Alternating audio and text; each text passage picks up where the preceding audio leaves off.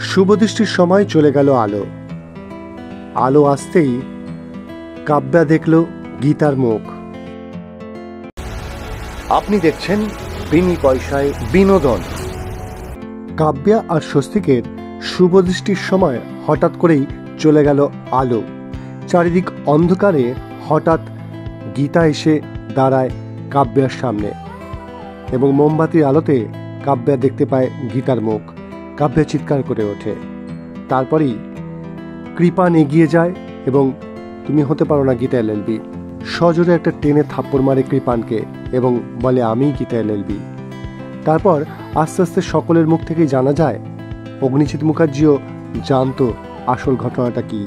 এবং গিনি যখন এগিয়ে আসে তখন গিনিকে জানানো হয় গীতাকে বাঁচিয়েছে সাত্বিক।